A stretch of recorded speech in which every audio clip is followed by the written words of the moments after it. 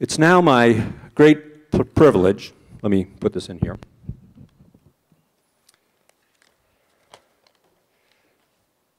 to introduce you, that doesn't work very well, to introduce you to my friend, George Mehaffy.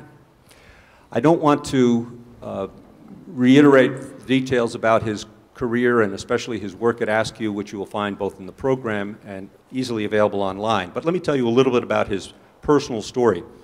George grew up in Beaumont, Texas, 20 miles north of the Gulf of Mexico and 30 miles from the Louisiana line. He doesn't hesitate to say that he was too little for sports, but he quickly developed a powerful love of the outdoors.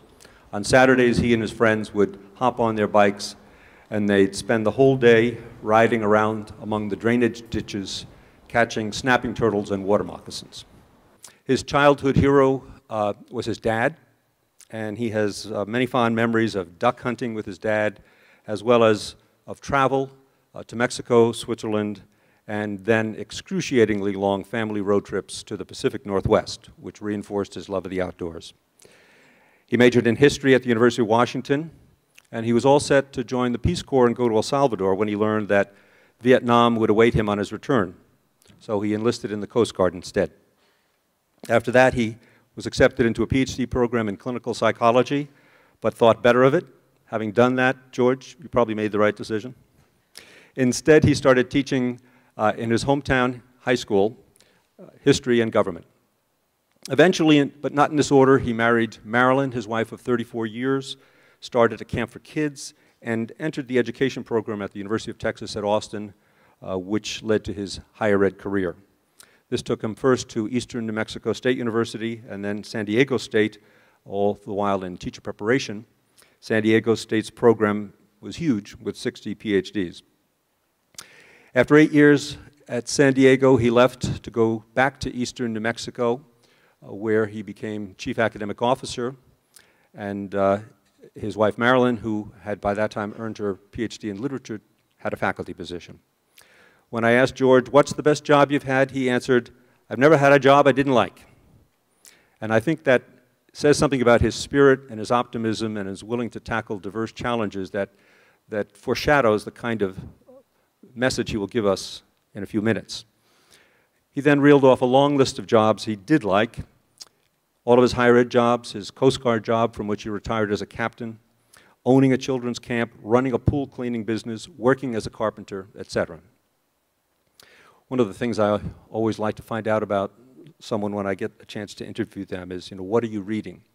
Well, George is one of the most well-read people I know when it comes to education, technology and education, and the challenges of the current and future environment. But when he can, he loves to read history. And his most recent favorite book in that category is Empire of the Summer Moon, about the rise and fall of the Comanche, which I'm getting for Father's Day because of his recommendation. George loves his magic grandchild, Jacob, now 5. Trout fishing. I've discovered he's very competitive about trout fishing, fly fishing for trout. Yellowstone National Park. And like Michael Wesch, last year's speaker, George loves cycling, regularly commuting from his home in Chevy Chase, Maryland, to his office in downtown D.C. George proudly told me that his family car, the only one they have, is 9 years old and has a mere 21,000 miles on it, while his bike has 17,000 miles. George did add, however, that he's flown 1 million miles on Continental, 20,000 of which have been with Jacob.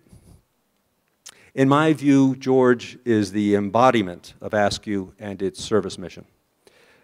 When I think of the beautiful phrase that became the title of an Askew publication 10 years ago, stewards of place. Stewards of place. I think of no one other than George Mehaffy. He is the architect and the leader of that vision. He is a warrior on behalf of public higher education in America. And he is our dedicated and caring man in Washington. Because he is in that important, if treacherous position, we can be especially thankful that he knows how to catch water moccasins, too. Please give a warm Vermont welcome to George Mehaffy. I must say, Joe, it's a pleasure to be back in Vermont. I've been here twice already and now back a third time.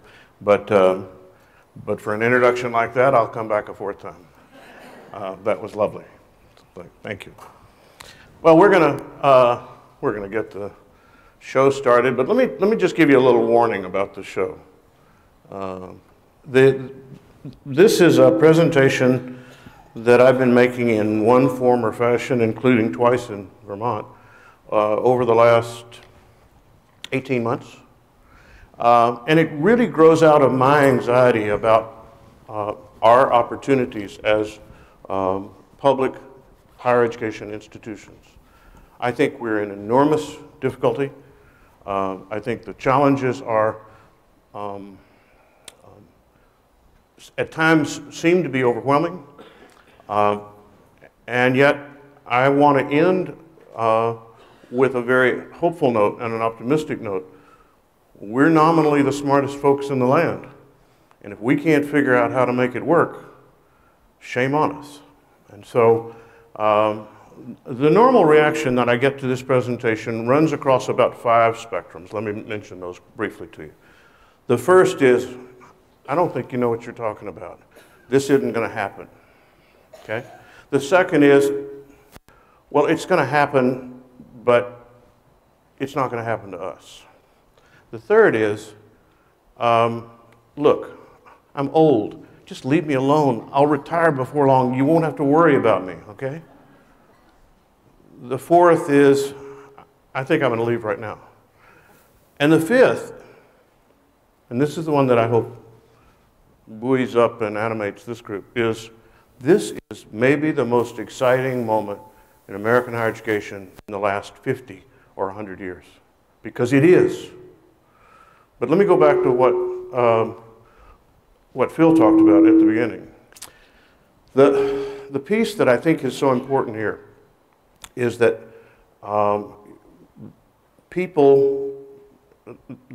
what we have to do, and when Phil talked about preparing globally competent citizens, or global citizens, your title, the notion there is really my first question, and not to disparage the story of age 47, but my first question is, what happened at Bridgewater that did not make him a global citizen there? And the real question is, how are we going to be intentional about producing the kinds of students and citizens that we want for our democracy, for our nation, for our world? And at the heart of this is institutional intentionality. I talk about that word, that phrase all the time. We have to be intentional about the outcomes for our students. And I think far too often we're sort of on autopilot. We've been doing this, we've been involved, higher education's been around for a long time. Clayton Christensen says we all have the same DNA, and we're all sort of mimicking one another. I think it's time to be bold and radical and move in powerful new ways. So here's what we're going to do. I'm going to give you a little tour through the landscape of the things that I worry about and keep me up at night. And then we're going to have about 10 minutes where I'm going to ask each of you at your own tables to talk with one another, and I'm going to specifically ask, the normal drill is I'd say what scares you and what animates you. But I don't want to do the scare part, because if you're not scared by the end of this presentation, you really haven't been paying attention, okay? So it's okay. That I'm going to assume. Here's what I want you to do. I want you to talk among yourselves about what did you see in this presentation that provides possibilities and opportunities for your institution. Because here's the dirty little secret of this presentation. I've got lots of questions. I don't have many answers. And the reason I don't, in part, is because it's just befuddling. In part, however, it's because these are answers that are going to have to be arrived at campus by campus by campus. This isn't going to be something that's going to uniformly suddenly take place. Every campus has its own history, its own culture, its own set of human beings.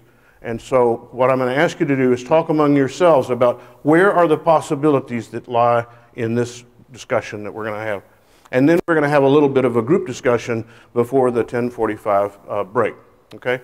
One other moment of full disclosure, thanks to the elimination of a flight in late afternoon and only a late flight or an early flight, I'm happy to meet with people for that time that I'm slotted for, but by about 11:45, I have to be back on the road to Burlington. And so I looked at the program. There are a lot of other really good programs, concurrent sessions, so I urge you to go to those, but I'd be happy to sit with a few people and talk with them in the green, whatever it is, 224.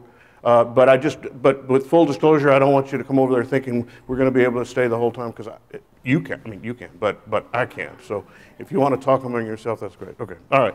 So let's start. Quick, simple idea. Massive change and great uncertainty. If there's anything that characterizes this moment, that's it. I'm going to give you a presentation in 3 parts. I want to talk about 6 challenges, 8 areas of change, and 7 models of course redesign. So let's talk about the challenges first. The core problem is that our university model was created in the 11th century, operates on a 19th century agrarian calendar to prepare our students for life in the 21st century. As Dr. Phil would say, how's that working for you? The answer is not well. We'll talk about why not well. The structural model, Clayton Christensen argues, Henry Eyring, that there's a common DNA, that we all do the same thing. Now, Christensen argues that most of that comes out of Harvard. A substantial amount does, but it's a little bit too Harvard-centric for me. But nevertheless, if you go around the country, once I arrive on a campus, and I've been on 100 of the ASCU campuses, they don't look dramatically different. They all have the same sort of general propositions. We've created, their argument is we've created confused multi-purpose institutions which are essentially unsustainable in this new era. Funding model, I don't have to tell folks in Vermont or New Hampshire about funding. But the simple example, I was in Oklahoma recently, and 10 years ago, the president there said they were getting 60% of their resources from the state, and now they're getting 30% of their resources from the state. What we've done is essentially shift the obligation and the burden from the state and taxpayers to parents and students, and it's reflected in the growing unease of the American people about college and what our enterprise and what we're doing. Healthcare, criminal justice, K-12.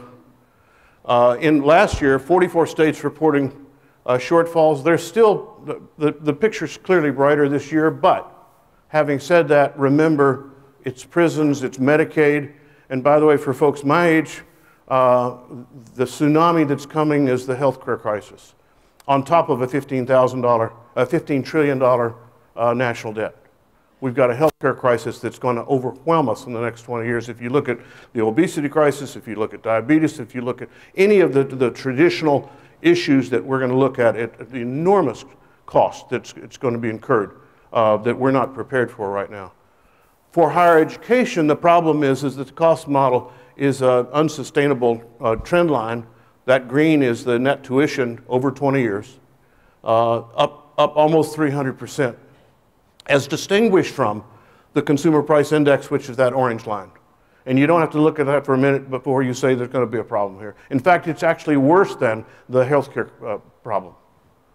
And if you look at this, if you look, for example, at a new vehicle, again, over the 20-year span, new vehicle, the cost of a new vehicle has remained roughly the same over 20 years. Consumer price index is that line, 3 lines up from the bottom. Even prescription drugs is the green line, and then you look at public 4-year, that's us way up at the top. Student debt just hit $1 trillion. We now owe more in educational debt than we do in credit card debt for the first time in our history.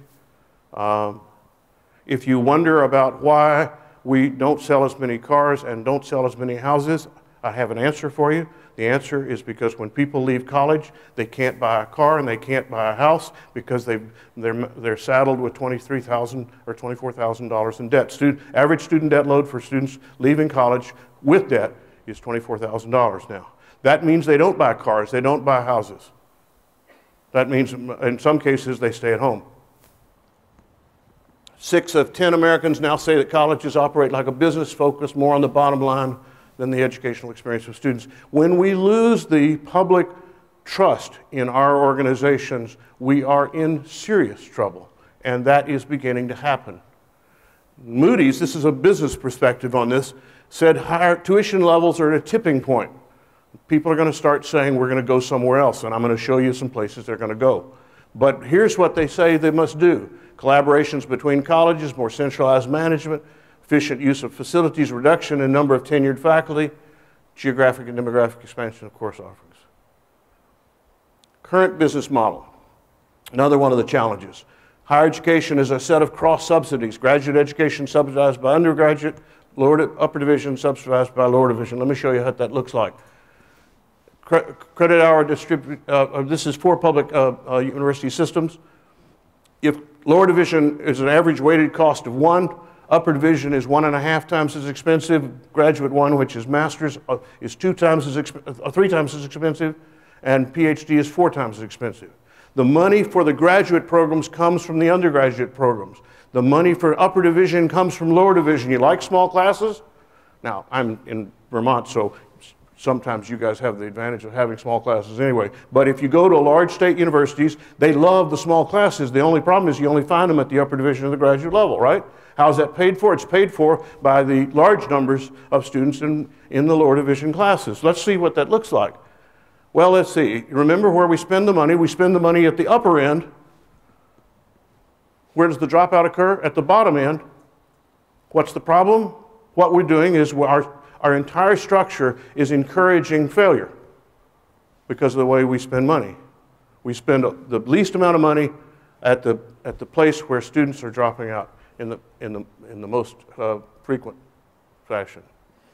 And then back to success. I said earlier, you got a medieval model, agrarian calendar. I said, Dr. Phil would say, how's that working for you?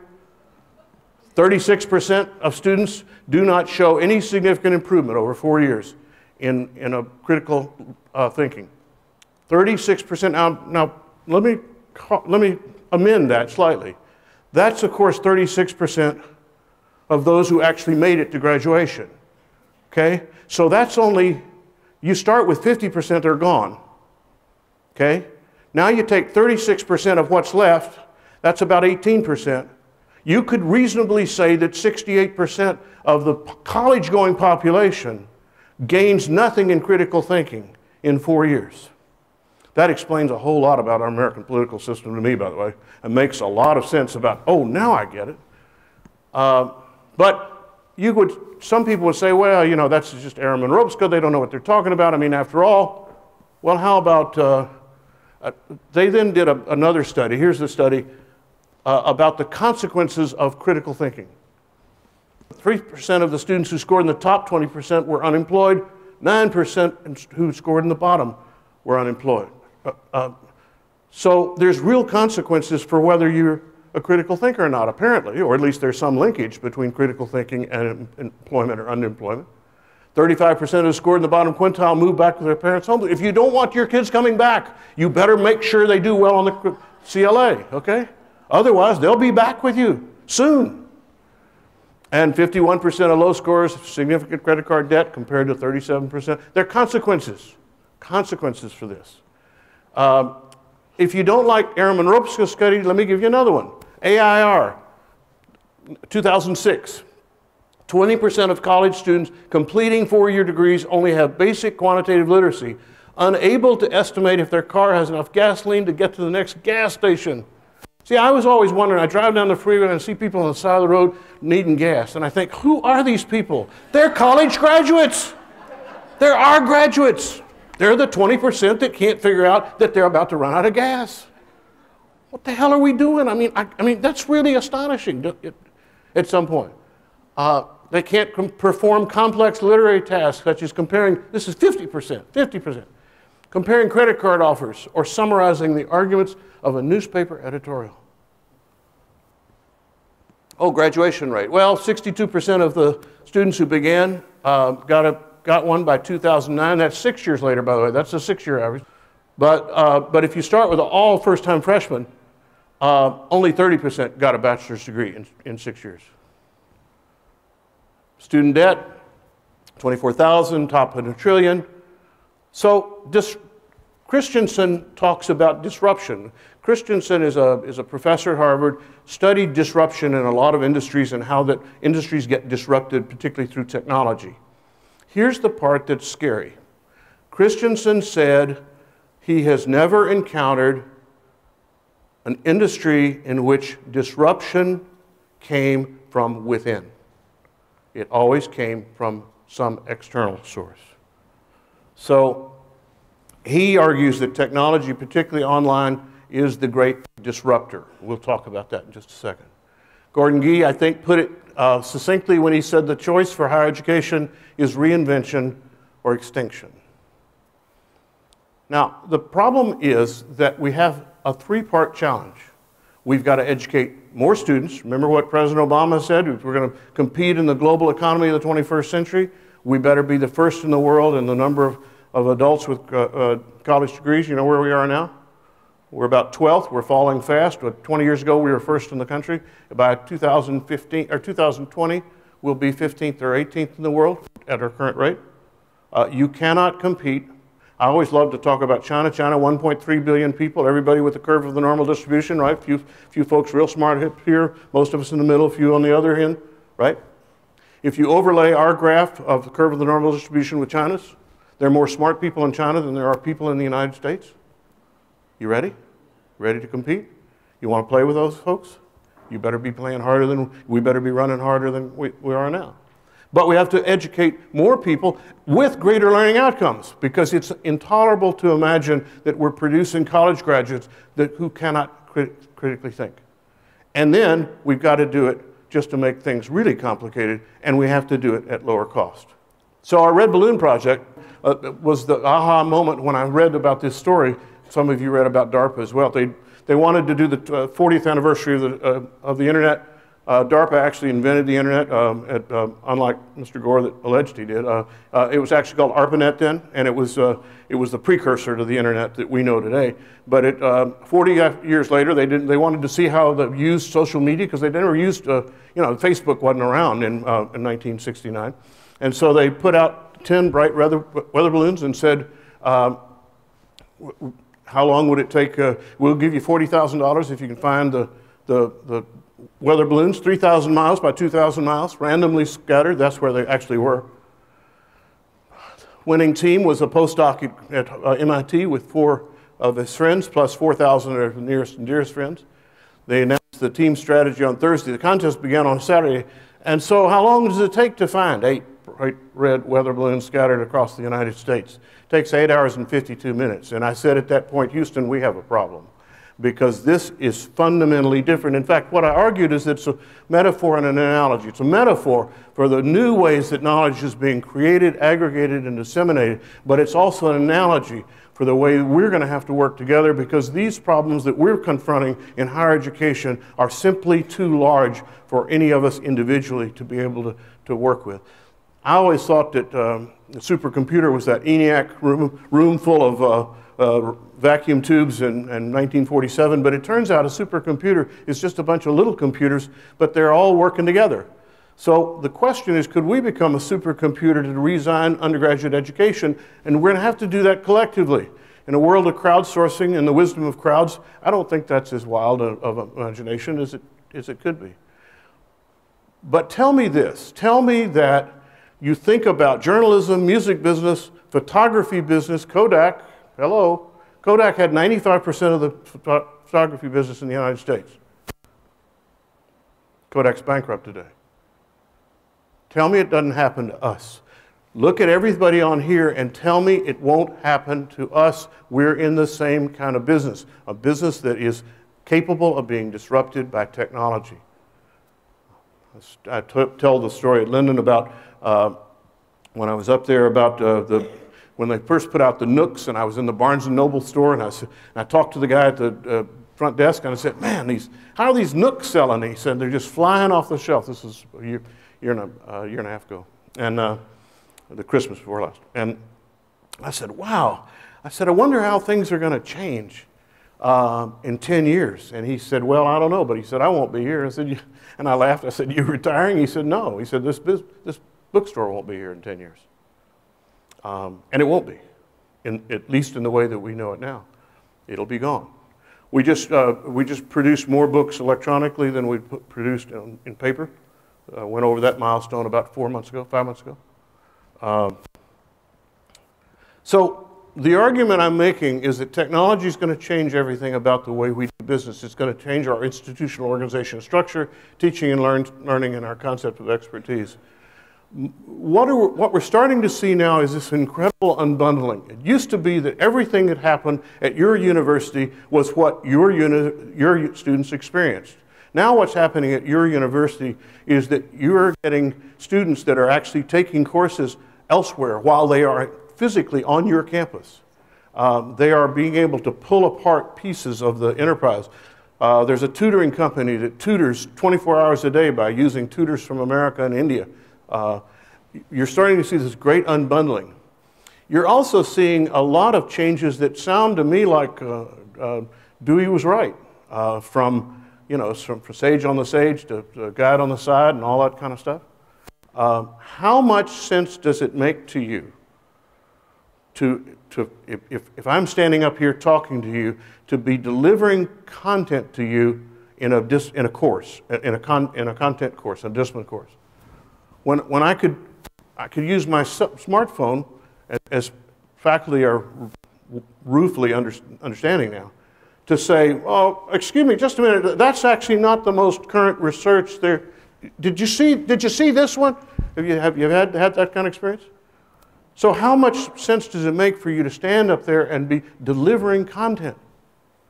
The answer is it doesn't make any sense at all anymore. It did when that was the only way in medieval times when people could get that content, right? But this is not that moment. So we've got to think differently about the enterprise.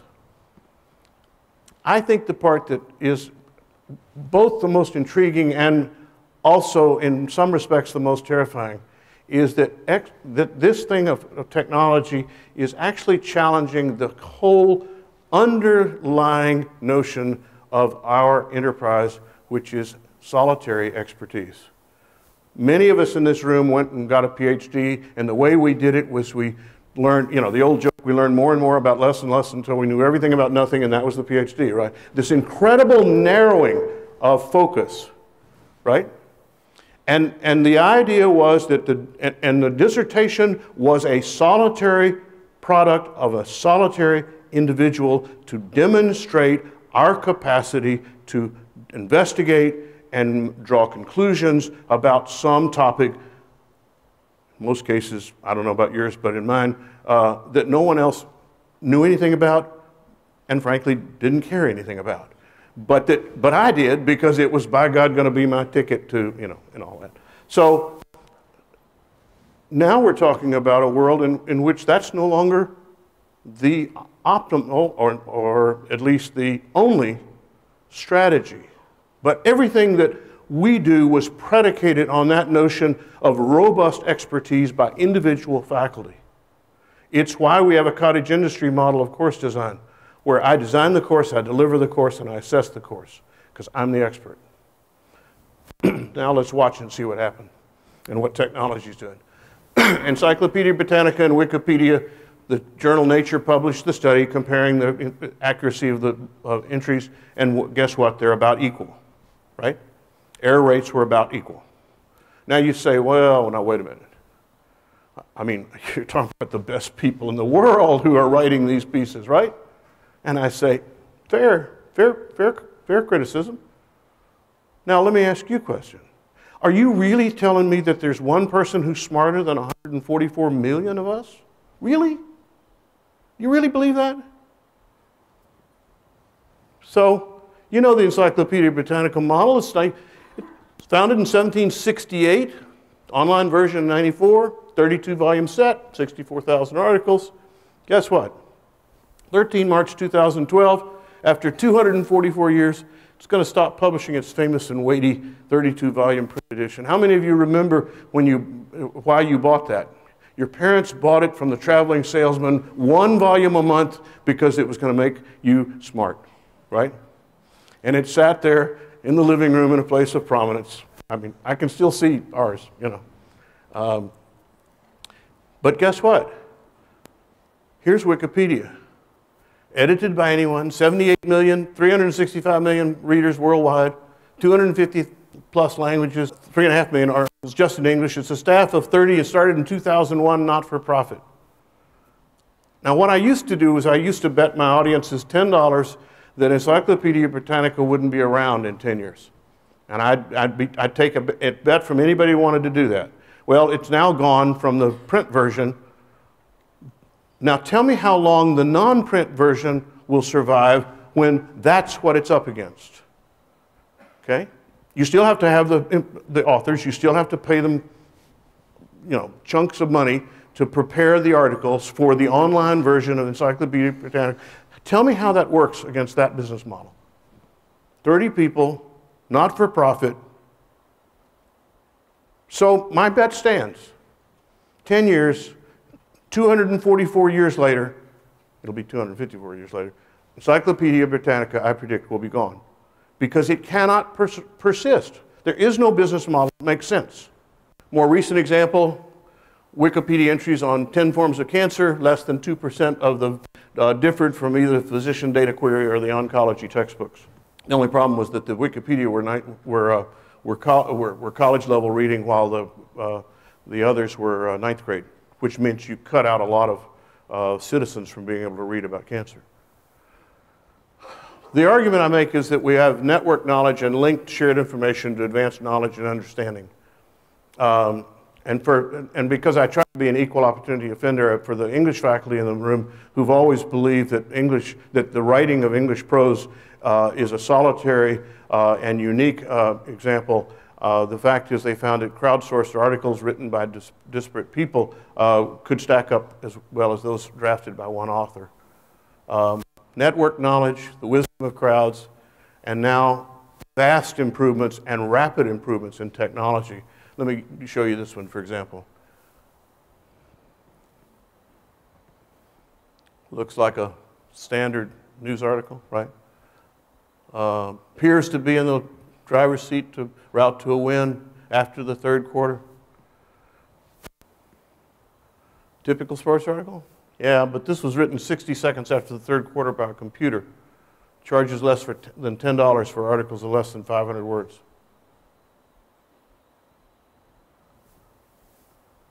Remember Watson playing Jeopardy? Remember who won?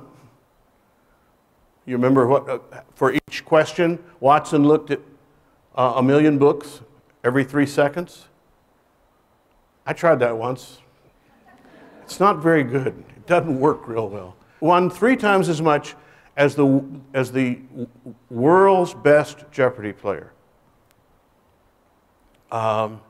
And this story that came out of the Washington Post last fall was a little bit terrifying because before we talked about technology way down at the lower end. It was going to replace the people that bolted cars together, for example. Now it says, no. Artificial intelligence is going to be able to diagnose disease, dispense medicine, handle lawsuits, make fundamental scientific discoveries, and write stories just like this one. The core problem we have is something called Moore's Law. You know Moore's Law? Moore's Law is that every 18 months, technology power doubles and cost drops in half, right? What that is geometric progression. Let me give you an illustration of that. If you did arithmetic progression by taking 30 steps, at the end of 30 steps, I'd be somewhere towards the other end of this wall, right? But if I did 30 evolutions of doubling, the 31st doubling, I would have taken 1 billion steps. It's this kind of slope rather than this kind of slope, right? Well, I'm going to get in trouble one of these days, but I said here that the problem is that we are still on evolutionary time. It takes hundreds and thousands of years for us to evolve as a species. Meanwhile, Moore's Law, artificial intelligence is doubling in power every 18 months. And this has been going on for more than 40 years. Of course, I made the mistake of saying this in Texas, and I said, see, and it takes us hundreds and thousands of years to evolve, and then I said, well, not here in Texas. You guys don't have evolution in Texas. But where there is, evolution. It takes a long time. So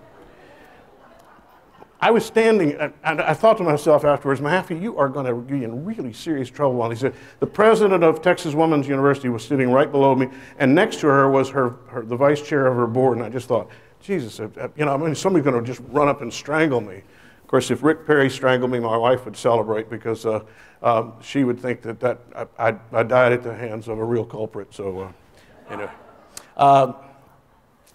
Information has changed our relationship to one another, to entertainment, to healthcare, to every other part of our lives.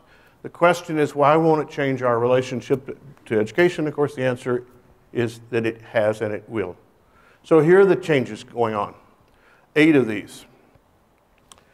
First of all, the players, increasingly Gates and Lumina are playing outsized roles that foundations have never played before. We've had foundations involved in higher education for years and years, but we've never had them do anything but just give away money and say, good boy, good girl, carry on. And now they're saying, no, we want to control the policies and the practices. We've never seen that before. Then, of course, the for-profits. But here's the one that I think is the most interesting, and these are the venture capitalists. If you look here in 2011 in particular, they are spending north of $400 million a year to support new companies. Let me say that in a slightly different way. They are spending $400 million a year to create new companies to take away our jobs. Because that's what they're trying to do. Okay? The models of college. University of the People, it's a tuition-free online institution, 1,000 students in 150. Now, New York University said it would consider transfer applications who complete a year at University of the People. There's when you start to see the breaks, when people start accepting this stuff rather than saying, well, that's kind of weird. The models that challenge the University of Phoenix with 450,000 students. By the way, Phoenix started in 73, 74. I mean, well within our lifetimes. Non-unionized, non-tenured, lower salaries, lower qualifications, and no research. And community colleges that have many of those same competitive advantages. Then there's DIYU, Do-It-Yourself University. Anya Kamenetz talks about that. Western Governors, which is a completely competency-based. It's now in 3 states in addition to its headquarters in Salt Lake City, Indiana, Washington State, and Texas. There's Peer-to-Peer University, grassroots open education project. And then Udacity, the most recent of these, and we'll talk some more about Udacity in a little bit. It's kind of an interesting model. And then, of course, there's edX, which is Harvard and MIT offering online learning to millions of students around the world for free. They're going to spend $60 million on this, and they're going to offer certificates. And then Coursera, which is the most recent one, Stanford, Michigan, Princeton, and University of Pennsylvania. High-quality courses from the top universities for free to everyone. These are MOOCs. You know MOOCs, massive open online courses, MOOCs. We'll talk some more about that as well in just a minute. University of North Texas at Dallas. I keep looking for models around the country that are really starting to do things differently. Here's one that is. Narrower set of career-focused majors. De-emphasize faculty research. They have 3 trimesters. They pay students for some advising and administrative tasks, and they reimburse students for the final 2 trimesters if they graduate in 4 years. And their graduation and their tuition is half the rate of other institutions. They're coming close to Governor Perry's request for a $10,000 baccalaureate degree. And actually Permian Basin, UT Permian Basin just announced, and I didn't even get it in here, this stuff's changing so fast that my poor PowerPoint is inadequate to keep up with it. But Permian Basin just announced a $10,000 baccalaureate degree. Tuition for 4 years, $10,000. The course models are changing. So let me talk about a few of these. The cottage industry model, this is the one you're most familiar with because it's the one we still do mostly. Everyone designs his or her own course from scratch every semester. No one learns anything about the most effective course content or effective teaching practice except that individual teacher who learns only from his or her own experiences. And we hope that everyone is continuing to revise that, but I'm haunted by the memory I have of the first year I taught at Eastern New Mexico University. And as we were sitting around the opening of school, and I had a fellow that was retiring, and we were celebrating his 30 years of teaching, and I said, I couldn't imagine being 60 years old at the time. I just thought, Jesus, I don't know how these people even get out of bed anymore. I mean, what is, just unfathomable. But, and he said, I said, gosh, Carl Parker has taught for 30 years. And one of the other senior faculty members laughed and said, no, he taught 1 year and did it 29 more times. Open University of the UK, this is the huge resources put into course design up front, $100,000 up to $1 million for a course, but then it's taught by a large number of adjuncts in a fairly similar way. Evaluation done by somebody else, but huge scale. Phoenix is 450,000, Kaplan's now 1 million students worldwide. Another model is the collaborative model of development. Significant standardization, careful analysis results, limited number of new courses every year. The courses revised collectively, collaboratively by everyone every 2 to 4 years. Again, another model. The partnership model, I'm not sure this has gotten up to the Northeast very much, but in the middle of the country, this is getting to be a popular model. USC and Katzman is the tutor. And then the one that Randy Best is academic partnership. And essentially what they do is they come in and they say, we'll deliver the course for you, we'll design the course for you, deliver the course for you, you get the credit, you take the tuition, but we'll take 80% of the tuition as the for-profit company. Now, what happened at Lamar, for example, is that when academic partnership came in, they created a model where the course was 40% reduction in cost from Lamar's own master's degree in education, and 40% reduction in time to completion, 18 months. It was designed by faculty with a $6,000 per course kicker to faculty to design the course. The first semester they enrolled 4,200 students in that online experience and threatened graduate programs in 3 states. It's coming to a place near you. Because you attract a new group of students, you're hiring a marketer. I talked to the dean of education at USC and I said, why, Karen, on earth would you want to do this? You got a great brand and great faculty, great depth. Why would you want to do this? She said, a website to die for, worldwide marketing. And what else did she say? One other. Worldwide marketing, website.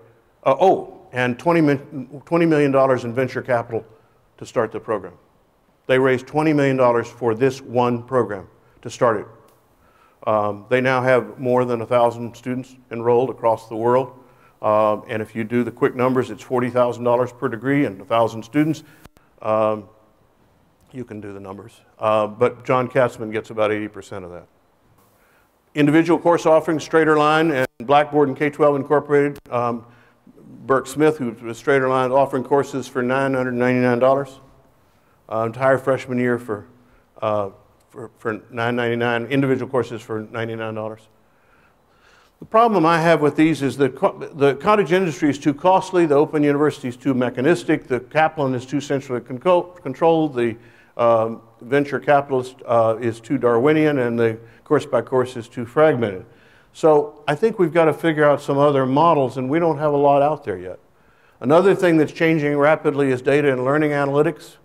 And there are all sorts of people starting to do this work. What they're doing is they're marrying the data that the institution already has about students with data going on about what's going on in class. So for example, at Austin Peay State University in Tennessee, they can now tell you with a 90% accuracy after the first week of an online course whether a student will complete that satisfactorily.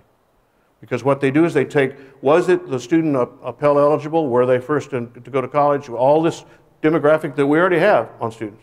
And then add to that the information about what's going on in class. Are they responding? Did they go to online before the course started? Are they responding? Do they stay on? Do they get discouraged and quit early relative to other students?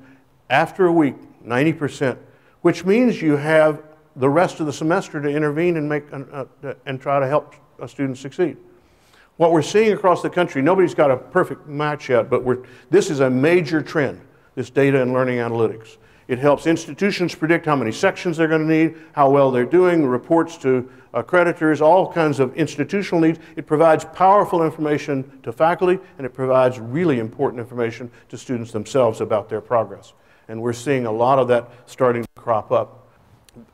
Academic demand, dropout prevention, reporting information, all kinds of stuff.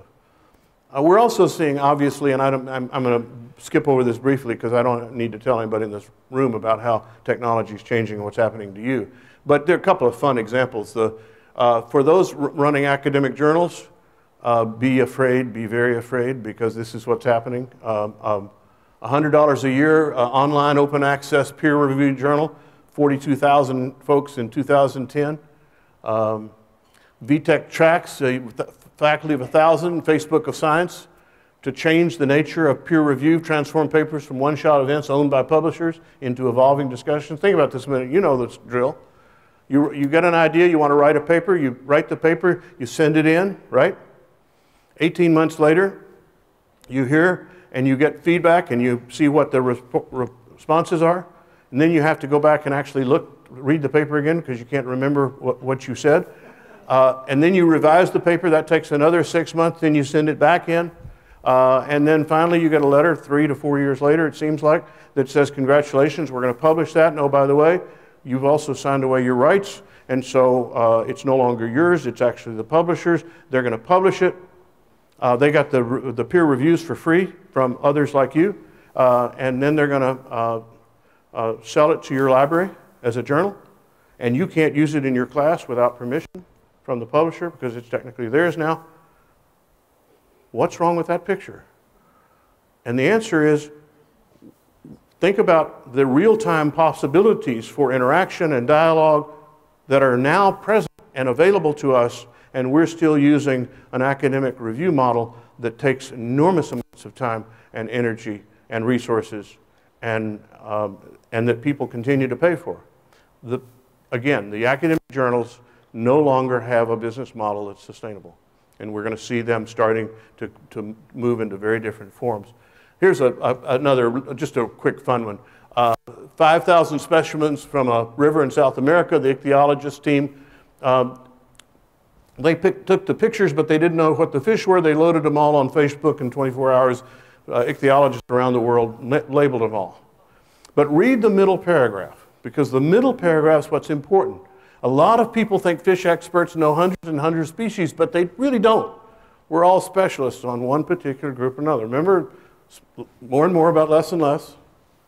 And now you're trying to describe macro systems. You're trying to describe the health of a river system. You can't do it as an individual expert. You have to do it in a crowdsourced kind of way. You have to do it in a collaborative kind of way. And increasingly, the problems that we confront as human beings on this planet, particularly disease and epidemic, climate change, those are massive problems that require massive kinds of collaboration and significantly less of the old-time disciplinary experts, but more of the interdisciplinary work. You're also starting to see reduced and free, and you're seeing a lot of this. The textbooks, for example, Rice University and Temple University just announced they're going to go to free textbooks.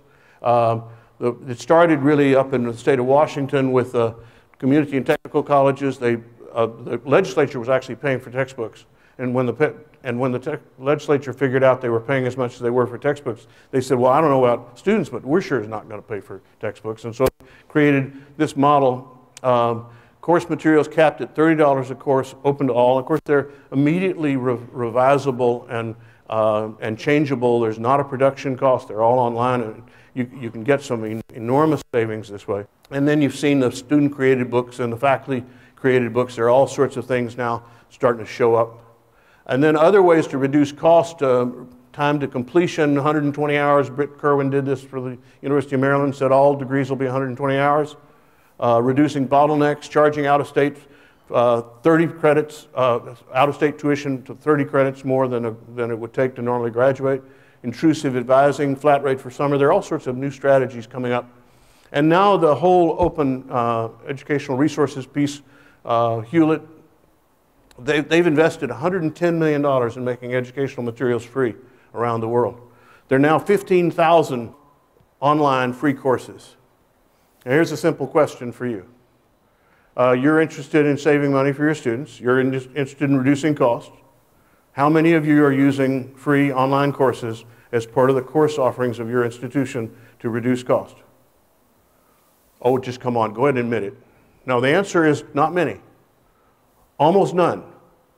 Because there's enormous faculty resistance, not surprisingly, because you say, wait a minute, if you can give away part of the courses, then maybe we give away all the courses and you don't need us anymore.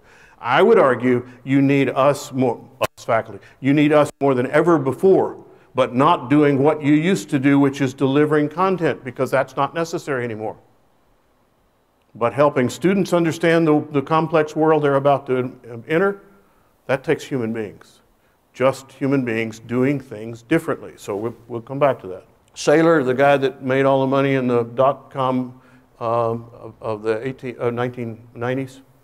Some of the measuring success things are changing now. We got CAP, MAP, and CLA, Lumina's degree qualification profile, if you've not heard of that.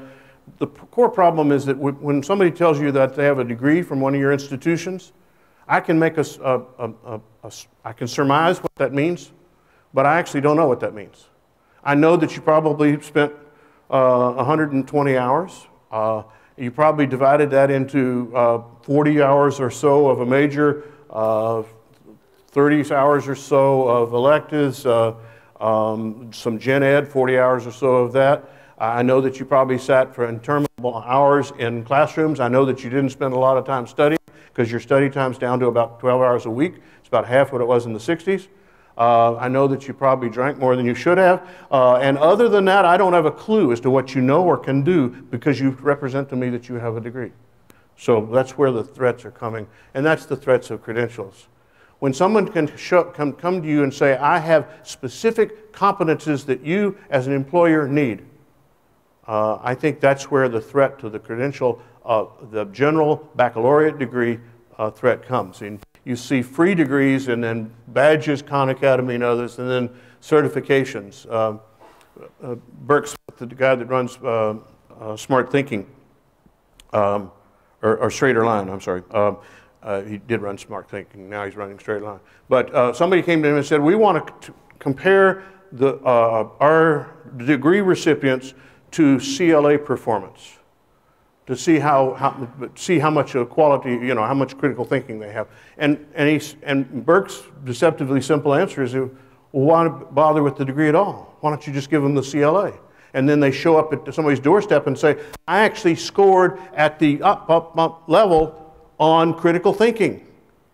Guess what? There's going to be a moment when that's going to make sense to people. In the test-conscious world that we live in, that may make some sense. So, where do we go from here? Last part of this, and then we're going to have a chance to talk. A bunch of new models out there that are starting to emerge. Let me just run through. I'm going to run through them really quickly, so we'll have some time to talk. The flipped courses.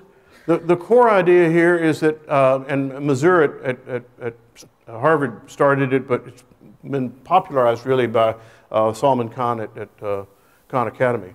The idea is you go to home to watch lectures. You go to class to interact with other human beings. Okay? It's a completely opposite. You practice with other people. You go learn the stuff at home. Because it might take you a long time to learn it. It might take you 2 or 3 times, right? Somebody else might learn it in 1 time, or maybe already knows it. Because one of the things we do right now is we say, everybody show up and name the course, and we're going to look out at a sea of faces and we'll hear the assumptions we're going to make. All of you know exactly the same thing, which is nothing about this subject. And I'm going to take you from soup to nuts, whether you're already halfway through the dessert before you ever arrived in the class, right? So this is the flipped notion, and Khan Academies, this is where it started. He was building these little videos for his nephews and nieces, and then they started getting popular. Well, there are now 2,400 of these. Bill Gates is supporting him in a lot of this work, but it's a real simple idea. You go home to watch the lectures.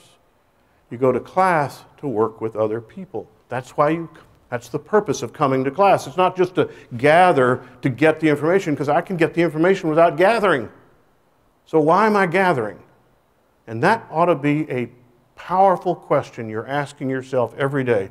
Why are we gathering students together? What's the purpose of that exercise? Because if all it is to put you in the same room so I can deliver the content to you, I can do that. I'll send you each a PowerPoint. I'll send you this PowerPoint discussion. And you can do it without listening to me, or you can even do it, courtesy of the videotape, with me around.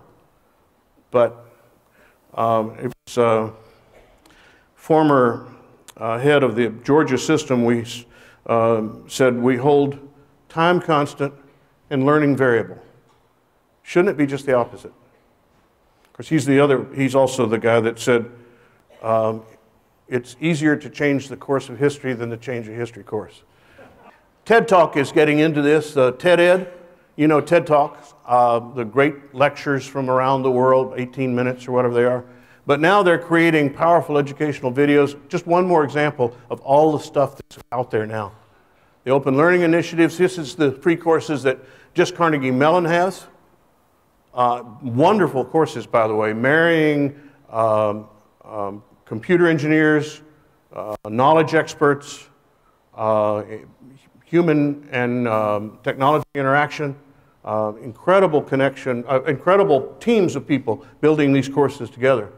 They did an OLI statistics course study in which they had a statistics course in which students learned a full semester's worth of material in half as much time and performed as well or better than students learning from traditional instruction. Half the time. Carl Wyman, who's the great physicist, he's got two titles that you never hear in the same breath, that never exist in the same breath. He's a Nobel Prize winner in physics, and he's the Carnegie Professor of the Year. Within 3 or 4 years of each other, those two honoraries were awarded to him. He talks about reducing cognitive load, particularly in physics courses. He interrupted his press conference in which they announced the Nobel Prize because, and the report was because he loved teaching, because he had to get back to class. He said, I do love teaching, but the reason I wanted to get back to class is that I couldn't figure out why what I thought were so deceptively simple concepts my students were struggling with, and it just became this really nerve-wracking problem for me to try to figure out why were they having troubles. Here's what he did a little physics experiment. One course taught by an experienced and highly rated professor, but with no training and new cognitive insights. The other taught by an inexperienced professor with training. For students in the class with the inexperienced professor, increased attendance, higher engagements, and 2 times as much learning as the learning of the student taught by the experienced professor. Math Emporium, Virginia Tech, the most prominent example of that. 500 people in a room. They're all taking this, different courses, and they're all having a variety of people helping them. PhDs in math, grad students in math, upper division math students. Because you know, when you have a problem and get stuck with an algebra in a computation where you've gotten an addition error, you probably don't need a PhD in mathematics to help you figure that out, right? And then lots of other examples from Carol Twigg. 40% savings in the first, these are large courses that are redesigned, but 40% savings, lots of savings going on in these courses. And now the blended stuff, the new focus on blended courses. Blended, it take a typical 3-hour course, you split it in half, part of it's face-to-face and part of it's web.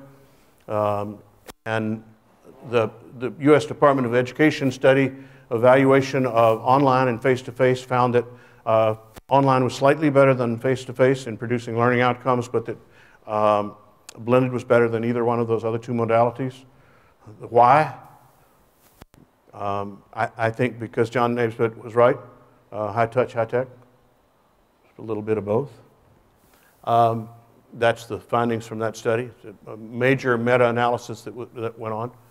The old model, and why the reason I like the blended, is the old model is a single expert, my classroom, closed box, which is a mysterious black box, by the way, and then reinventing the wheel, and the new model is a networked world, collaboration of faculty across time and space, continuous improvement. And now the MOOCs. The MOOCs are causing, there was a piece in the Chronicle yesterday, or Inside Higher Ed, about faculty responses to the MOOCs. Massive open online courses. Sebastian Thrun was the one that started. 160,000 students signed up for it. By the way, this was, he sent out one email. It went viral. He said, I'm going to offer the course that I offer to 200 Stanford students. I'm going to put it online, and I'm going to also offer it to anybody else that wants to take it. 160,000 people signed up for it. 23,000 completed, 200,000 students enrolled. By the end of the course, only 30 Stanford students were still attending the lecture because they found the online more interesting. Of the courses, 248 students had a perfect score. None were Stanford students. He actually chose 200 students and a few weeks later forwarded their resumes to Fortune 500 companies. There's another credential threat. But what I predict is that somebody in this, in one of the Vermont State colleges is going to have a student show up at your door with a letter from Sebastian Thrun saying, I just passed a course from the world's best, the leading artificial intelligence expert in the world, and I did as well as Stanford students. Why don't I get credit at Castleton? And I don't know how you're going to argue with that. That's going to be an interesting challenge. And then watch for a variation of MOOC, the supersized classroom. Virginia Tech, he taught a course to 2,670 students, a combination of Facebook and Twitter, Skype to bring in world figures. It's a great little story. It was in Chronicle about a month and a half ago. I think you're going to see broad course redesign going on. Lots of examples. George Koo wrote a great book on high-impact practices. And then Randy Bass did something interesting at Georgetown University. Randy walked around the campus and said to students on the Georgetown campus, what's the most powerful educational experience you've had at Georgetown? Not one of them reported that the most powerful educational experience was in class. He said, are we to the core? Can you imagine an environment in which there are no more courses? There are projects, and there are assemblies, and there are collections.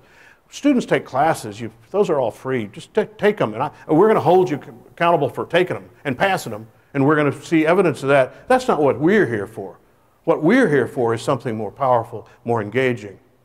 The most damning criticism of us was repeated again just the other day in the front page of the Washington Post, much to my horror, 3 days ago.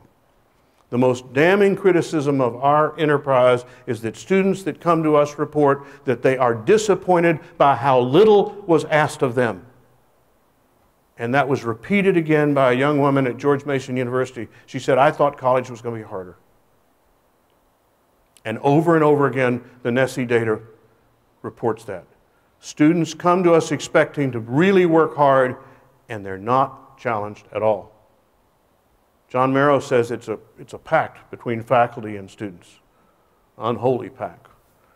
The pact says, I'm not going to push you real hard, not going to make you work real hard, you're not going to evaluate me badly, either one of us going to have to work very difficult, spend much time on this, so each of us can go do more important things as we define those. I think you've got the problem with Carol Twig's work, which is great work, is that she's done some really interesting designs in courses, but it's only for those courses. The institution doesn't change. Course design has to be at the center of a series of larger institutional changes. So what are we going to be in this new world? We're going to be designers of learning environments. We're going to be facilitators, aggregators, assessors, certifiers. Jeff Salingo, who's the editor at the Chronicle, said, one potential future, more collaborative, social, virtual, and peer-to-peer, and where introductory courses are commodities offered free or close to free. I think no matter what, there are going to be two substantive changes that we have to confront. One is a focus on learning outcomes, particularly when you start looking at NILOA, National Institute of Learning Outcomes Assessment, and the degree qualification profile, and the nature of faculty work, particularly changing teaching from solitary to collective work. And how do you start beginning to do that work? But the final proposition is a simple one. We fix ourselves or we're going to be fixed by others. And friends, as long as I've been in this business, I don't like being fixed by others, trust me. I'd much I'd much prefer to have some sense of control over my destiny than to give it up. But there are hundreds of examples of politicians, public policy, and the public losing patience with us and getting suspicious that we're only in this for us. I got excited about this quote, only a small portion of the ingenuity and persistence now being expended on research could be deflected towards research into the results of our teaching. I got really excited. I said, yes, this is exactly what I was talking about. This is what we ought to be doing, right? And then I saw that it was an AAUP report from 1933, and I'm back to thinking, oh, no. I think Matt Miller captured it best. The economy is caught in a race between innovation and calcification. Power of new ideas to lower costs and boost quality, and the power of entrenched interests to protect their own habits and incomes. Where are we? I think the challenge is enormous. We have a confusion of purposes, distorted reward structures, limited success, high cost, massive inefficiencies, and profound resistance to change. Other than that, we're good to go. I think the overarching theme of this new age is shifting power, the loss of power by traditional institutions to control events and processes, the increased power of individual students to create and recreate, the power of organizations and groups outside of traditional providers to enter and compete in the marketplace. I think that's what's really at the heart of this work. So let me end with a cautionary tale. Some of you have seen this before, but for my Linden colleagues, I'll do it one more time just because I think it illustrates the point. You remember Pony? If you've been born in America, you surely have heard of the Pony Express. It went out west. It was delivering mail from St. Joe, Missouri to Sacramento, California. They wanted young, skinny, wiry fellows, not over 18, expert riders, willing to risk death daily, $25, orphans preferred. That was 5 times the salary at the time, by the way. It was a really good salary. And you remember a 1900-mile trip, so they set up 190 stations about every 10 miles, and the riders changed about every 6 to 10 stations, but the horses could only gallop one. So you set up, imagine, 190 stables, bought horses, had station masters, had riders, had this whole infrastructure, right? Started April 3rd, 1860. What most people don't remember is when it ended, 19 months later. Why?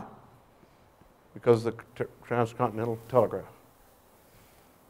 Not the strongest of the species that survives, or not even the most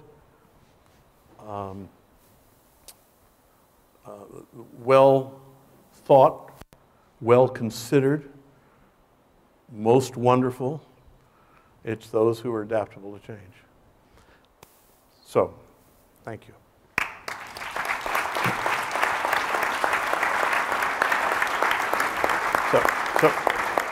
So here's the work. Here's your work task. It's now 10:15. We have it until 10:45. So what I'm going to do, I think we need 2 things. I saw a hopeful sign that is coffee moving over to the corner.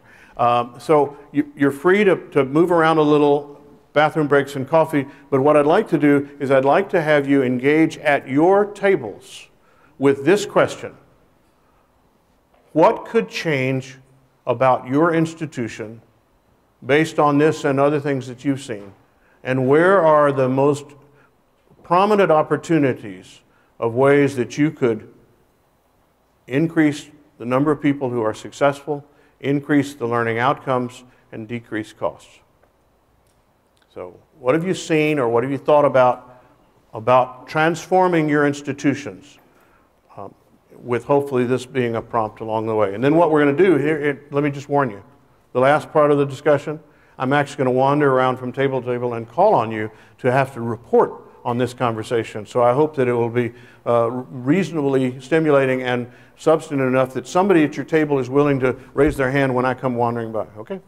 Going on, I hate to interrupt them. I hope they'll continue for the rest of the day, but I do want to sort of get a little piece of a flavor of what some of the discussions were focused on. And again, this is designed to help stimulate some additional thoughts and ideas as you continue through the day. So I'm going to pick randomly some tables. I won't get to everybody. I apologize in advance for that. but I'm going to pick randomly some tables and ask someone from that table to grab the mic and explain what you've been talking about. So let me start. I'll start right here. Anybody, do we have a spoke? And what I'd ask you to do, we're going to only do this for 10 minutes, so I want you to, this is impossible for us as faculty, I know, but to be very brief so that we can get to about 6 or 8 tables. So no more than about a minute and 15 seconds to just sort of give me the flavor of what you talked about or a high point. What we ended up talking about was this Gen Ed revision that's happening at Johnson, where we have a new model of a Gen Ed program, and we were just talking about what opportunities there are for courses that in 5 years, we'll have courses, a lot of courses we hope that don't exist now. In 5 years, the catalog will be unrecognizable, or a large part of it. Okay. And that's as far as we got. Okay. Well, I didn't expect resolution. I promise you, it's okay. It's but I wanted to know what was the nature of the discussion going on. Let me ask this table right here. Somebody from this table, please. I just we were talking about. I'm teaching a digital photography course, and one part of the course is on Moodle, and the other part is on Facebook. And we were discussing a little bit about it, where the students are seeing what the course instructions are, but then they upload the photographs on Facebook, and they all comment on it, and I only have to make one comment, and all the members of that group, it's a closed Facebook group. Right. So one of our discussion, as Tim said too, is there is a security issue unless you don't make it a closed group. And I would like to open it, but to other photographers in the area or national recognized photographers to have more collaboration. But then you're opening up your identity problem. And that's an issue that we all have to face, is if we open this up to the outside world, what happens to the identity of the students that are taking the course?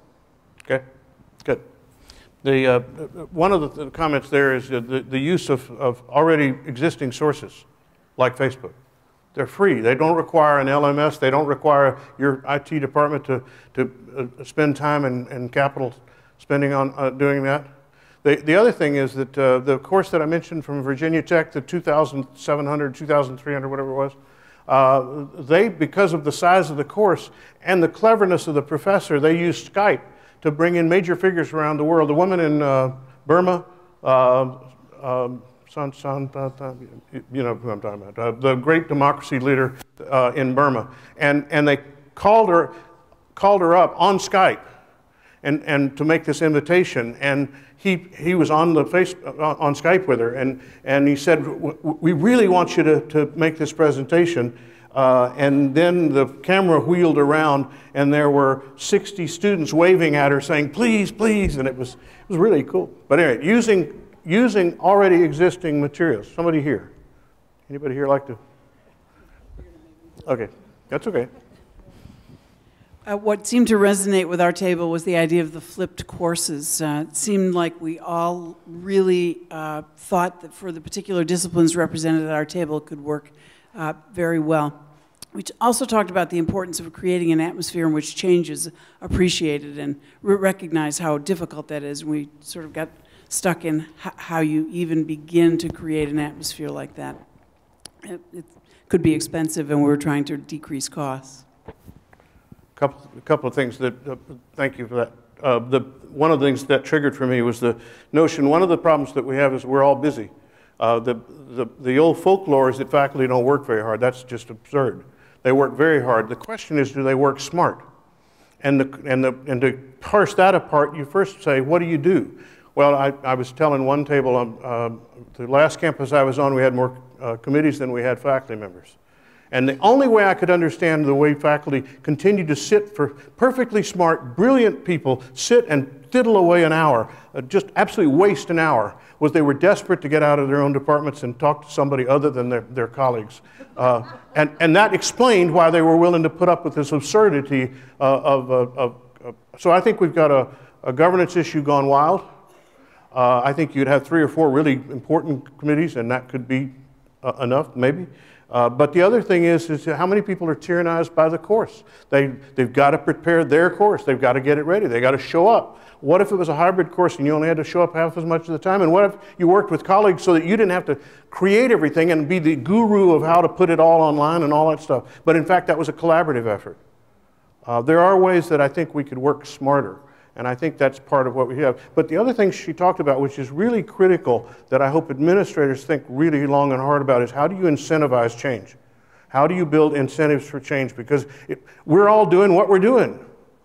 If you want me, and by the way, I don't want to be changed. Thank you very much. I don't mind changing, but don't change me. Thank you. So how do you build change into the repertoire? How do you build incentives for risk-taking? How do you build incentives for failure? And I think some of the companies like Google do some really cool things. Google tells you 20% of your time is yours. You can do anything you want. Just be imaginative, creative. I don't care what you do. Well, we don't have quite that luxury, maybe. We don't have $90 billion in the bank right now. But nevertheless, I think we've got to think about some of that as well. Let's take another table. This looks like a promising group right over here. Anybody, spokesperson? Pointing here, pointing here. We have a winner. We were also talking about flipped classrooms, and some of us are trying it in the fall. And then we were talking about how do you motivate your students to do that prep work beforehand, and what would that look like? Okay, good, thank you. One of the problems is that we've got to think about changes for others as well, and that includes our students. One of the problems is the best students like the system they have right now because they're winners, and they don't want to be, don't mess with my system because I'm already the winner. What you actually want me to think? No, I don't want to think. I just want to continue to do what I'm doing that puts me at the top of the pack. So part of what you have to do is think about that. The other thing is we have to quit talking about students as if it's a monolith. Students come in all sizes and shapes. There are more non-traditional students than are traditional students now across the United States. So when we talk about traditional students living in residence halls, that's one kind of animal, but there are lots of other kinds of groupings of students, and that's part of what we have to do. But what I envision, what I hope, is that we think about doing away with that condemnation that says, they didn't ask me to work very hard. I'm disappointed at how hard they asked, at how little work was expected of me. Instead, powerful, engaging, exciting activities. I don't know what that means yet, because I said I don't have the answers. I just have the questions. But I think that somehow we've got to think about something, and I think Randy Bass may be on something with this, the beyond the course, and maybe you do courses in there somewhere, and then you guys do the human part of this, which is so huge and so important. Imagine people trying to figure out how to live in the 21st century. And your job is to help them sort out how to be productive human beings, citizens, members of families, adults. And that's a human exercise and a human interaction that only caring, loving faculty can produce. This is not about technology. In the end, this is all ultimately about culture. It's not about technology. It's about cultures of belief, cultures of success. I'll finish with one last comment. We did a study of graduation rates about 5 years ago. I was curious that I found that we had graduation rates across the 400 institutions in ASCU that were somewhere between less than 20% success to about 80% success of 6-year graduation rates. And I thought, how do we account for that difference? So the first thing we did was disaggregated the 400 institutions into 12 clusters of similar institutions, because our institutions cross 6 Carnegie classifications. So we're really a diverse lot. And so we clustered them by like kinds of institutions. First thing that we discovered was within those clusters, there was as much variation in graduation rate as across all 400. Okay? And then we sent teams to each of the top 12 performing institutions in each one of those clusters. We asked them to kick over the tires, accreditation-like visits, talk to people, look at their books, look at their practices. We could not find administrative structures that predicted high graduation rates. We could not find programs that predicted high graduation rates. We could not find programs that predicted high graduate. We couldn't find anything that predicted high graduation rates except for one thing: belief that our job is to help our students succeed. And when that culture was present, magic happened. Admittedly, then you put administrative structures in place, you put offices in place, you put programs in place, you put expenditures in place, but you didn't bolt that on to a culture that said our job is to sort. Because if you bolt the greatest programs on to a culture that says our job is to sort the losers, that's what you'll continue to do with elegant, expensive programs. If your belief is that your job is to help every single student succeed at your institution, it changes what actually happens. Culture matters. And at the end of the day, this isn't about technology. This is about culture and belief. Thank you very much.